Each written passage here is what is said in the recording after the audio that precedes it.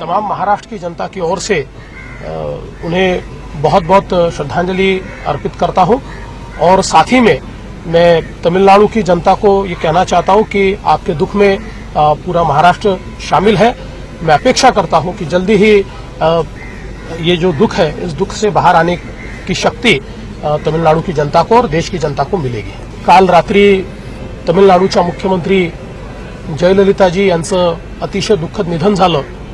देशाकरता आणि तामिळनाडूकरता ही एक अतिशय अपरिमित अशा प्रकारची हानी आहे।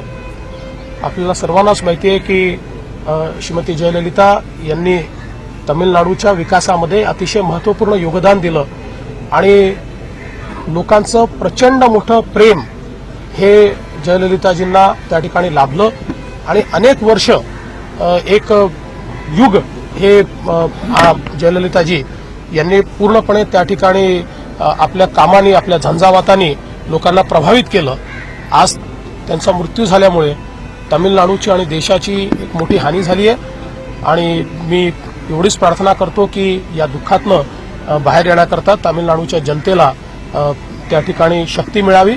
मी महाराष्ट्राच्या तमाम जनतेच्या वतीनं आणि महाराष्ट्र सरकारच्या वतीनं त्यांना या ठिकाणी श्रद्धांजली देखील अर्पित करतो आणि तामिळनाडूच्या पाठीशी या दुःखामध्ये महाराष्ट्र खंबीरपणे उभा आहे हेच या निमित्ताने मी तामिळनाडूच्या लोकांना सांगू इच्छितो।